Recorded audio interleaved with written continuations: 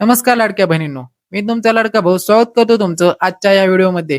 13 मे पासून मुख्यमंत्री लाडकी बहीण योजनेचे मार्च एप्रिल हप्त्याचे पैसे येणे सुरू झाले आहेत.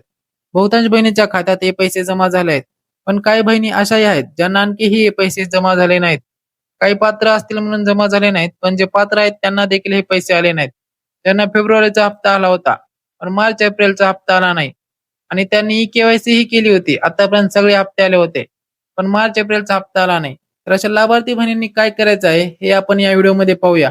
पहिले तर आपल्याला सोमवारपर्यंत हप्ता येण्याची वाट पाहायची आहे आणि खात्री करून घ्यायची आहे पैसे बँकेत जमा झालेत का नाहीत. तर 17-18 तारीखही उलटून गेली आणि हप्त्याचे वितरण होणं बंद झालं आणि जर तरीही तुम्हाला पैसे आले नाहीत, तर मग तुम्हाला स्वस्त बसून चालणार नाही. तुम्हाला अपात्र केलं गेलं आहे का हे तुम्हाला पाहावे लागेल.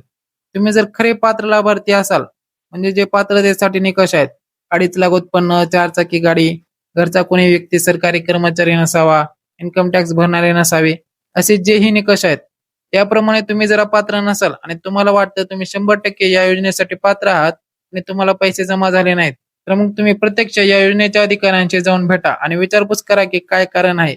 आता हे अधिकारी कुठे भेटतील हे सांगतो, पण त्या अगोदर तुम्ही जर आपल्या चॅनलला सबस्क्राईब केला नसाल तर चॅनलला सबस्क्राईब करून घ्या.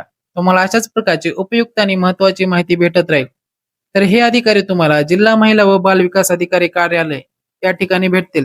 हे कार्यालय जिल्ह्याच्या ठिकाणी कलेक्टर ऑफिस किंवा मग जिल्हा परिषद कार्यालय परिसरात असते. आणि समजा तुम्हाला जिल्ह्याच्या ठिकाणी जाणे होत नसेल, तर तालुक्याच्या ठिकाणी पंचायत समिती असते. त्या ठिकाणी एकात्मिक बाल विकास सेवा योजना कार्यालय या नावाचे कार्यालय असते. त्या ठिकाणी हे महिला व बाल कल्याण विभागाचे अधिकारी असतात आणि त्यांच्याकडे त्या तालुक्याचा त्या जिल्ह्याच्या लाडकी बहीण योजनेचा संपूर्ण डेटा असतो. तुम्ही आपलं फक्त आधार कार्ड आणि पासबुक घेऊन जा आणि या अधिकाऱ्यांना भेटा. हे अधिकारी तुम्हाला माहिती देतील आणि कारण काय आहे ते सांगतील. फक्त सोबत घेऊन जाताना एक शिकलेला व्यक्ती घेऊन जा. आणि समजा कोणी अधिकारी जर तुम्हाला माहिती सांगत नसेल आणि व्यवस्थित बोलत नसेल, तर तुम्ही त्याची तक्रार महिला व बाल कल्याण विभागाला करू शकता.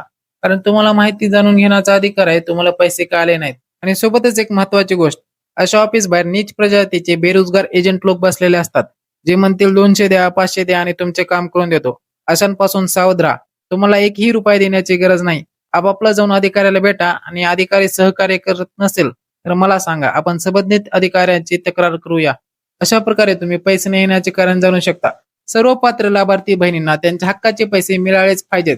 कोणाला बाकी कोणतीही अडचण असल्यास कमेंट करून सांगा आणि तुमचा आशीर्वाद म्हणून आपलं हे तुमचा लाडका भाऊ चॅनल सबस्क्राईब करा.